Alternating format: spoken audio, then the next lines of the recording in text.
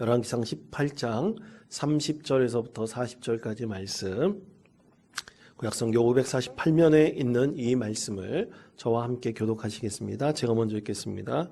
엘리야가 모든 백성을 향하여 이르되 내게로 가까이 오라. 백성이 다 그에게 가까이 가매 그가 무너진 여호와의 제단을 수축하되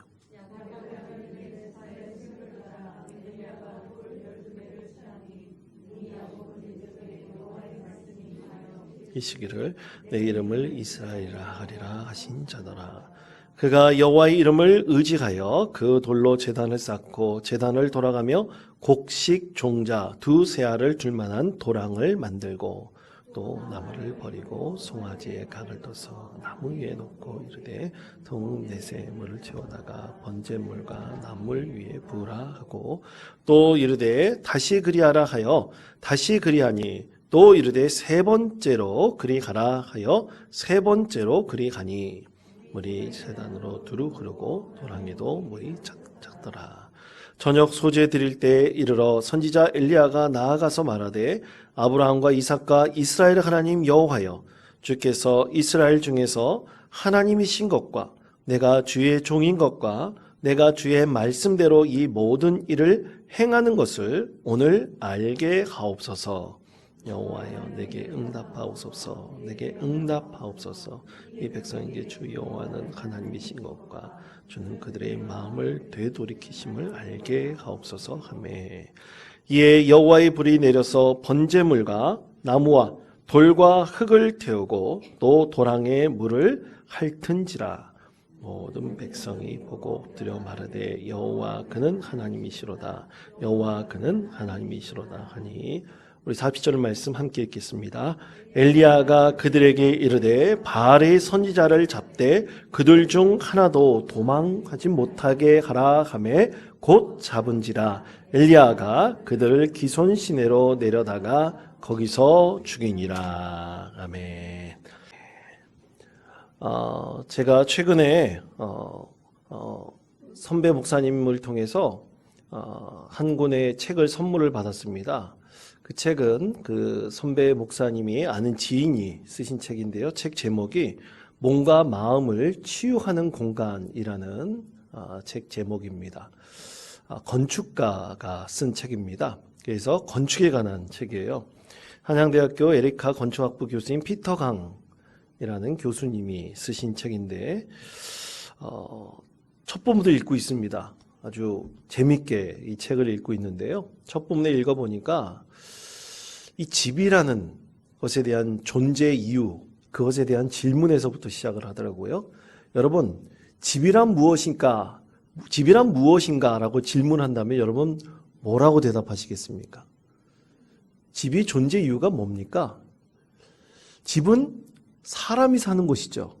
그리고 집은 어떤 곳입니까? 쉬는 곳입니다. 그리고 가족들이 모여서 뭐 하는 곳이냐면 교제하는 곳입니다. 사람들이 모여서 교제하는 것이 바로 집이죠. 근데 이 건축학부 교수잖아요. 이분은 주로 병원을 건축하는 병원 건축 전문가라고 합니다. 그럼 병원의 존재 이유는 뭡니까? 병은 치유하는 곳이에요. 근데 치유하는 곳에 따라서 여러분 병원에 우리나라 병원 보면 그냥 건물이 그냥 멋들어지게 그냥 큰 네모나게 다 생겼지 않습니까? 근데 어떤 병원에 가면 산속에 푹 쌓여 들어가서 그곳에서 참 평안을 얻는 그런 병원도 있어요. 그럼 병원의 존재 이유는 뭡니까? 육신의 몸도 치유하지만 마음도 쉼을 얻는 곳이라는 그 존재 이유로 병원을 그렇게 짓고 디자인하고 하는 것이다. 그러면서 아주 책을 이렇게 재밌게 써나가고 있는 것을 보았습니다. 그러면서 그 책에 그런 질문을 하더라고요. 이분이 크리스찬이니까, 그리스도인이니까 그러면 인간이란 무엇입니까? 라고 또 질문을 하더라고요. 여러분, 인간은 과연 무엇입니까? 인간이라고 할 수 있는 존재의 이유는 무엇일까요? 인간이란 무엇인가? 라고 참 많은 분들이 그 질문을 하면서 책을 쓴 분들이 있는데 이분이 내린 인간이란 무엇인가 라는 결론의 가장 중요한 해답은 그 안에 영이 있다는 것입니다. 여러분 동의하십니까? 우리 안에 영이 있다는 거예요. 성경에 보면 그 영을 푸뉴마라고 했습니다. 헬라어로는 푸뉴마, 숨이란 뜻이고 영이란 뜻이기도 하죠. 그리고 히브리어로는 루하흐라고 했습니다. 숨이란 뜻입니다. 생명이란 뜻입니다. 그걸 누가 불어넣어 주셨냐면 하나님께서 불어넣어 주셨죠. 그래서 인간은 하나님의 영을 닮은 존재로 오직 하나님께서 유일하게 창조한 존재임을 성경에서도 분명하게 말씀합니다. 그래서 인간이란 무엇인가 그러면 영이 있는 존재입니다. 그것이 인간의 존재 이유고 누구를 닮았냐면 하나님을 닮은 존재로 지음받았다는 것입니다. 하나님도 영이 있습니다. 그럼 여러분 신이란 무엇일까요? 점점 더 어려워지죠. 신이란 무엇일까요? 오늘 말씀이 바로 이 신 존재를 증명하는 것에 대한 하나님의 말씀입니다. 자, 우리 하나님을 분별하고 하나님께서 신으로서 살아계시다는 것을 우리는 어떻게 알 수 있을까요? 오늘 성경 말씀에서는 그것에 대해서 이제 바알을 섬기는 자들과 그리고 여호와 하나님을 섬기는 자들의 대적함을 통해서 분명하게 그 존재의 근거에 대해서 말씀하고 있습니다. 여러분 신이라 그러면 신이란 무엇인가 그러면 신은 반드시 살아 있어야 됩니다. 지금도 우리와 함께 있어야 됩니다. 그리고 살아계시고 역사하셔서 그리고 우리 인간의 삶 속에 깊이 개입하시는 바로 그분이 여호와 하나님이시고 유일하신 신이신 것이죠. 우리가 그것을 신의 존재 이유라고 말할 수 있습니다. 오늘 바로 그것을 증명하고 그것을 나타내는 하나님의 말씀입니다. 자, 우리가 읽지 않은 하나님의 말씀이 있는데요. 열왕기상 18장 23절에서부터 24절까지 말씀입니다. 이 말씀 우리 다 같이 한 목소리로 읽겠습니다. 그런즉 송아지 둘을 우리에게 가져오게 하고 그들은 송아지 한 마리를 택하여 각을 떠서 나무 위에 놓고 불은 붙이지 말며 나도 송아지 한 마리를 잡아 나무 위에 놓고 불은 붙이지 않고 너희는 너희 신의 이름을 부르라. 나는 여호와의 이름을 부르리니 이에 불로 응답하는 신 그가 하나님이니라. 백성이 다 대답하되 그 말이 옳도다 하니라. 아멘. 자, 신 존재 증명의 방법, 불로 응답하느냐 그렇지 않느냐. 불로 응답하면 그는 살아있는 참된 신이고 불로 응답하지 않는다면 그는 살아있지 않은 거짓 신입니다. 그래서 불로 응답하는 신 그가 하나님이니라. 이 바알을 섬기는 자들과 그리고 하나님을 섬기는 엘리야가 이제 내 신이 참된 신인지를 이제 증명해내기 위해서 합의한 것이 바로 이것이었습니다. 불로서 존재하면, 불로서 지금 그의 존재를 드러내면 바로 그분이 진짜 참신, 참된 신 하나님이시다 라는 것을 증명합니다. 근데 여러분, 저는 이 말씀을 묵상하면서 좀 이상한 것이 있었습니다. 여러분, 엘리야가 대적한 바알의 선지자가 성경 말씀에 보면 450명이에요. 그리고 아세라 선지자가 400명으로 말씀을 합니다. 둘이 합치면 850명이죠. 850명이라는 숫자가 작은 숫자가 아닙니다. 그리고 엘리야 딱 한 사람과 850명이 서로 대적한 거예요. 신 존재 증명을 내보임으로 대적한 건데 이것은 목숨을 건 대적이었습니다. 만약 내가 믿는 그 신이 진짜 참된 신임을 나타내서 하나님으로 증명되면 나는 사는 것이고 다른 상대방은 어떻게 됩니까? 다 죽게 되어 있는 아주 끔찍한 대결이었습니다. 목숨을 건 대결이에요. 근데 여러분 한번 생각해 보십시오. 850명이 믿고 있는 신이고 엘리야는 오직 엘리야 선지자 한 사람이 믿는 신이에요. 그러면 여러분 일반적으로 한번 생각해 보세요. 일반적으로 믿는 사람 관점에서 생각하시면 안 됩니다. 일반적으로 쪽수가 많은 쪽을 선택할까요? 쪽수가 적은 쪽을 선택할까요? 어떻게 할까요? 당연히 쪽수가 많은 쪽을 선택하게 되어 있습니다. 여러분, 여기 계신 모든 분들 중에서 한 사람만 이거라고 얘기하고 나머지는 다 아니라 그러면 여러분 누구 의견을 따르겠습니까? 당연히 아니라고 하는 의견을 따르겠죠. 오늘 말씀 가운데서도 850명이 믿는 신이에요. 바알과 아세라는 850명이 믿는 신입니다. 그런데 하나님은 오직 누가 믿어요? 엘리야 한 사람만이 믿고 있습니다. 그렇다면 확률적으로 따져보고 객관적으로 따져보고 비율적 여러 가지 수학적 공식을 합쳐서 따져봐도 누가 참된 신으로 증명될 가능성이 많습니까? 바알과 아세라, 특히 바알 신을 섬기는 자들이 450명이 지금 신 존재의 증명을 하겠다고 나섰으니까 바알이 참된 신으로 증명될 가능성이 참 많습니다. 그러나 여러분, 중요한 것은 진리입니다. 뭔가 진리인지, 무엇이 진리인지 그것을 아는 것이 중요하죠.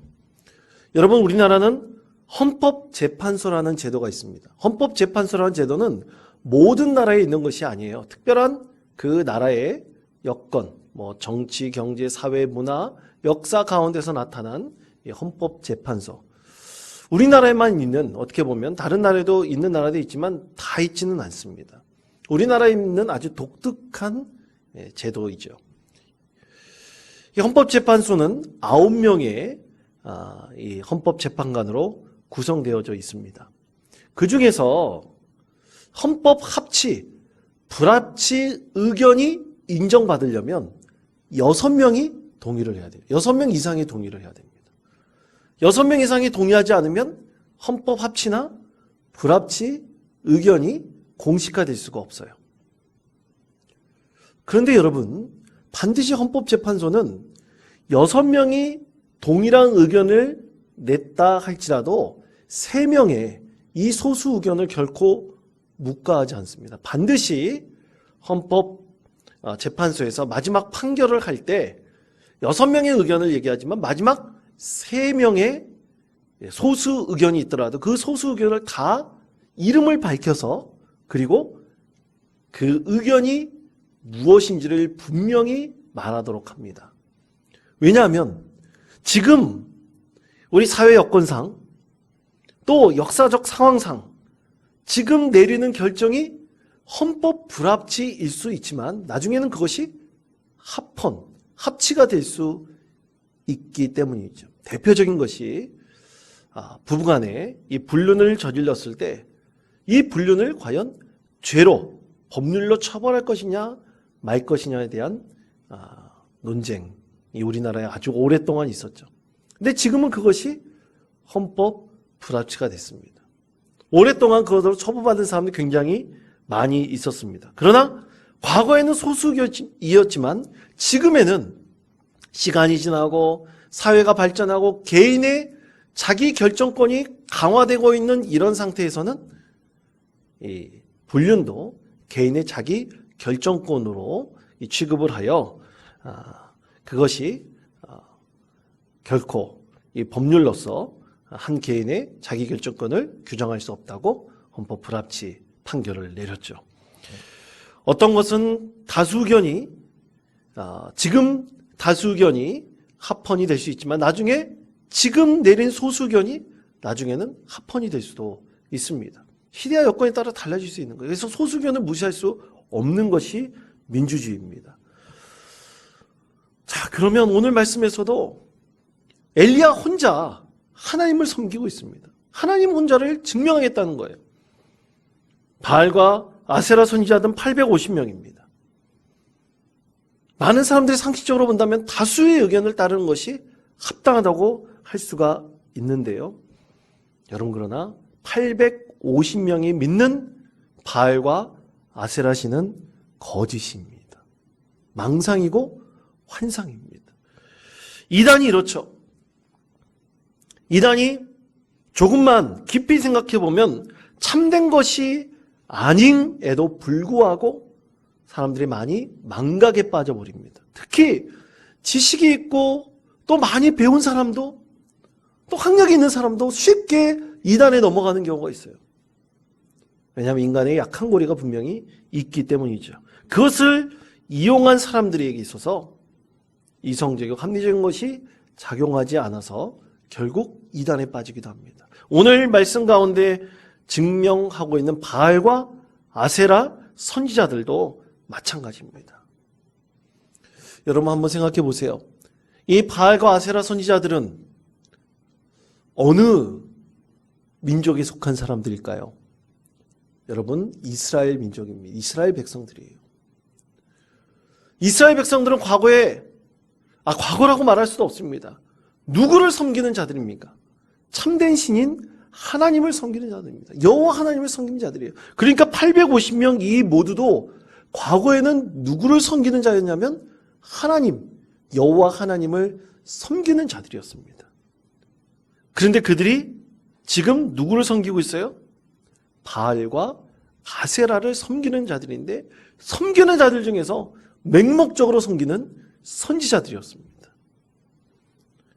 집단 망상에 빠져서 그들이 거짓된 것을 참된 신으로 섬기게 되었습니다. 아마 이들이 접신하여서 망상도 보고 환상도 보았을 것입니다. 온전한 판단을 할 수 없는 그런 상태에 빠져버리게 된 것이죠. 마약에 취한 사람들처럼 그렇게 비슷한 현상이 나타난 것입니다. 하늘에서 진짜 바알신이 불을 내려줄 것이라고 그들이 굳게 믿었던 것이죠. 목숨을 걸고 믿었습니다. 여러분, 참된 신을 분별해내는 이 현장에서 거짓 신을 선택한 바알과 아세라 선지자들, 그들은 자신의 목숨까지 걸었지만 결코 오늘 말씀에 본다면 그들은 자신의 믿는 신이 참된 신으로 증명해내지 못했습니다. 여러분, 절대 다수가 믿는다고 그것은 결코 참이 아닙니다. 반드시 진리를 믿어야 됩니다. 우리 그리스도인들은 모두 진리를 믿는 하나님의 자녀들입니다. 여러분 믿으십니까? 우리 예수님께서는 요한복음 8장 44절에서부터 45절까지 말씀에서 우리에게 이렇게 말씀을 하십니다. 자, 화면에 있는 말씀 요한복음 8장 44절에서부터 45절까지 말씀을 우리 함께 한 목소리로 읽겠습니다. 너희는 너희 아비 마귀에게서 났으니 너희 아비의 욕심대로 너희도 행하고자 하느니라. 그는 처음부터 사일한 자여 진리가 그 속에 없으므로 진리에 서지 못하고 거짓을 말할 때마다 제 것으로 말하나니 이는 그가 거짓말쟁이요 거짓의 아비가 되었음이라. 내가 진리를 말하므로 너희가 나를 믿지 아니하는도다. 아멘. 진리가 우리를 자유케 할 것입니다. 우리는 진리를 믿는 것이에요. 우리가 아무리 소수라 할지라도 온전한 진리를 따르는 사람이 언젠가는 참된 것이 우리 가운데 분명히 드러날 때가 있습니다. 여러분, 절대로 참을 거짓이 이기지 못합니다. 그것이 하나님께서 만드신 법칙입니다. 하나님께서는 진리의 영이십니다. 우리의 진리의 영이신 하나님을 믿고 따르는 자에게 반드시 하나님께서는 복을 주시고 은혜를 베풀어 주십니다. 오늘 말씀 가운데서 하나님께서는 엘리야 선지자를 통해서 이스라엘 백성들에게 이렇게 권면합니다. 두 가지를 권면합니다. 이 두 가지의 권면은 오늘 예수님을 믿고 또 우리 신앙을 참된 하나님을 믿고 따르는 모든 그리스도인들에게 주시는 하나님의 말씀입니다. 두 가지가 우리 삶의 자리에서 반드시 필요합니다. 첫째는 더 이상 둘 사이에서 머뭇하지 마십시오. 하나님께서 하신 말씀입니다. 자, 열왕기상 18장 21절 말씀입니다. 이 말씀 우리 한 목소리로 읽겠습니다. 엘리야가 모든 백성에게 가까이 나아가 이르되 너희가 어느 때까지 둘 사이에서 머뭇하려느냐. 여호와가 만일 하나님이면 그를 따르고 바알이 만일 하나님이면 그를 따를지니라 하니 백성이 한마디도 대답하지 아니하는지라. 아멘. 여러분, 왜 백성들이 한마디도 대답하지 못했을까요? 이유는 머뭇머뭇했기 때문인데, 여기서도 이제 참된 신이신 하나님께서 나타나신다면 머뭇머뭇하지 않을 수 있을까요? 아마 시간이 지나면 또 망각의 늪에 빠져버릴지 모릅니다. 그렇기 때문에 오늘 엘리야의 권면은 절대로 머뭇머뭇하지 말라는 것입니다. 한번 결정했으면 결정한 그대로 가라는 거예요. 이것은 성경에서 중요한 하나님이 주신 믿음의 핵심 메시지입니다. 여러분, 여호수아는 뭐라고 했습니까? 그가 죽기 직전에 자기 후손들에게 나와 내 집은 오직 누구만을 섬기겠다고요? 여호와 하나님만을 섬기겠다고 했습니다. 그것을 온전히 따르는 믿음의 사람이 되는 것이 중요합니다. 혼탁한 이 시대에는 바로 우리 믿는 사람들이 더 소수가 될 수밖에 없습니다. 그 중에서 더 참된 믿음을 갖고 있는 사람이 더 소수일 수밖에 없습니다. 그 가운데서 우리가 진정한 소수를 할지라도 우리가 진리를 믿고 있다면 우리는 결코 오늘 이스라엘 백성들이 둘 사이에서 머뭇하고 있는 그 모습을 따르는 것이 아니라 우리는 결코 참된 진리를 따르는 믿음의 자녀들이 되어야 할 것입니다. 아마 이때 이 사람들의 마음은 그럴 거예요. 어디 두고 보자. 850명이 있으면 그쪽을 따르고 한 명이 이기면 내가 그쪽을 따르라. 그 마음을 가지고 머뭇하고 있었을 것입니다. 여러분, 우리가 좋아하는 찬양이 하나 있습니다. 주님 뜻대로 살기로 했네 라는 찬양이 있습니다. 여러분 잘 아시죠? 예, 주님 뜻대로 살기로 했네. 뒤돌아서지 않겠네. 이 세상 사람 날 몰라줘도 뒤돌아서지 않겠네. 세상 등지고 십자가 보내 뒤돌아서지 않겠네. 아주 우리의 신앙을 간단하고 아주 핵심적으로 찬양하고 있는 너무나 좋은 찬양입니다. 여러분, 믿음의 사람은 바로 이런 결단이 필요합니다. 참된 그리스도인으로 살기 위해 이런 결단이 필요합니다. 여러분, 우리 그리스도인이 쪽팔리게, 창피하게 자기 눈앞에 있는 이득을 가지고 따라간다면 얼마나 그것이 하나님 보시기에 부끄러운 것입니까? 우리가 주님 뜻대로 살기로 했고 이 세상 사람들이 날 몰라줘도 내가 십자가를 보면서 세상을 등지고 살겠다고 결단했다면 그렇게 살아야 되는 것이 마땅한 것입니다. 그것이 진리입니다. 여러분, 이렇게 십자가 보면서 살 수 있습니까? 우리가 주님 뜻대로만 살 수 있습니까? 그리고 이 세상 사람들이 다 몰라줘도 오직 하나님으로 만족하며 살 수 있습니까? 오늘 우리 신앙의 가장 궁극적인 내 존재 이유의 질문으로 삼으시는 우리 모든 성도님 되시기를 간절히 축원드립니다. 두 번째로 엘리야가 그 다음에 권면한 것이 있었습니다. 그것은 무너진 여호와의 제단을 수축하고 그분의 응답을 어떻게 하라고요? 기다리라고 했습니다. 자, 열왕기상 18장 30절에서부터 31절까지 말씀입니다. 자, 이 말씀 우리 다 같이 한 목소리로 읽겠습니다. 엘리야가 모든 백성을 향하여 이르되 내게로 가까이 오라. 백성이 다 그에게 가까이 가매 그가 무너진 여호와의 제단을 수축하되 야곱의 아들들의 지파의 수요를 따라 엘리야가 돌 12개를 취하니 이 야곱은 옛적에 여호와의 말씀이 임하여 이르시기를 내 이름을 이스라엘이라 하리라 하신 자더라. 아멘. 자, 이 열왕기상 18장 앞부분에 있는 그 말씀들을 쭉 보면 그 말씀 가운데서 증거하고 있는 것이 바알 선지자들이 미친 듯이 숨을 쉬면서 몸에 피까지 내고 상처를 내면서도 막 그렇게 바알 신을 부르짖는데 바알의 제단에 불이 임하지 않았습니다. 거짓임으로 판명났죠. 그러면 이제 하나님께서 참된 하나님이심을 여호와 하나님께서 참된 신이심을 증명하면 됩니다. 그러기 위해서 엘리야가 가장 먼저 12지파들에게 권면한 것이 있었습니다. 그것이 바로 여호와의 제단을, 하나님의 무너진 제단을 수축하십시오. 바로 이것입니다. 여러분, 제단이 무너져서 바알의 제단은 잘 서 있는데 하나님의 성길의 제단은 무너졌습니다. 무너진 제단에서 과연 온전한 예배를 드릴 수 있을까요? 여러분, 그럴 수 없습니다. 하나님을 섬기는 믿음의 제단이 무너진 상태에서 어떻게 우리가 하나님께 온전한 예배를 올려드릴 수 있겠습니까? 우리 믿음도 마찬가지입니다.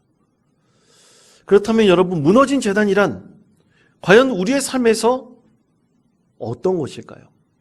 그것은 하나님을 결코 잘 찾지 않는 마음을 상징합니다. 그렇기 때문에 무너진 것입니다. 왜 무너져 있습니까? 하나님을 자주 찾고 잘 찾으면 제단이 무너질 리가 없죠. 무너진 제단은 늘 보수하지 않겠습니까? 그런데 찾지 않았기 때문에. 오늘 엘리야는 먼저 이스라엘 백성들에게 권면합니다. 여러분이 무너뜨린 저 하나님의 제단을 먼저 쌓으십시오. 수축하십시오. 그리고 12지파의 돌을 세워놨습니다. 그리고 무엇을 기다리라고요? 하나님의 응답을 기다리십시오. 권면했습니다. 그때 하나님께서 그렇게 임하셨습니다. 열왕기상 18장 38절 말씀입니다. 이 말씀 우리 다시 한번 한 목소리로 읽겠습니다. 이에 여호와의 불이 내려서 번제물과 나무와 돌과 흙을 태우고 또 도랑에 물을 핥은지라. 아멘. 거짓에 대한 참된 신인 여호와 하나님의 위대하고 놀라운 승리였습니다. 여러분, 우리 믿음의 사람들은 하나님을 찾고 또 찾아서 무너진 믿음의 제단을 온전히 세워 놓을 수 있어야 합니다. 그리고 그곳에 누가 내려오기 기다리느냐? 하나님께서 임하시기를 기다려야 됩니다. 그렇다면 반드시 오늘 이 불이 내려 위대한 참신이신 하나님을 증명하였듯이 우리의 심령 가운데도 성령께서 임하셔서 참된 하나님께서 나와 함께 하시고 나와 역사하시는 참으로 놀라운 은혜를 우리가 경험하게 될 것입니다. 사랑하는 성도 여러분, 우리는 믿음의 일꾼입니다. 여러분 믿으십니까? 믿음의 일꾼들이 가장 먼저 행할 것은 혹시 내 안에 무너진, 그래 아니면 보수해야 될 믿음의 제단이 있다면 여러분 그거부터 세워나갑시다. 먼저 하나님을 찾는 믿음의 마음을 간절히 하나님께 구하십시다. 그때 하나님께서 우리 가운데 새 소망을 주시고 여러분 심령 가운데 은혜를 베풀어 주시며, 그리고 우리가 정말 안 되는 거 있지 않습니까? 받고 싶은데도 잘 안 되는 거 있지 않습니까? 하나님 붙들고 간절히 외칠 때 그것을 하나님께서 바꿔주시지 않겠습니까? 변화시켜주시지 않겠습니까? 그 마음을 간절히 또 간절히 하나님께 아뢰어 꼭 응답받음으로 진리 안에서는 참된 진리가 내 안에 있음을 많은 이들에게 증명할 수 있는 우리 믿음의 성도 되시기를 간절히 축원드립니다.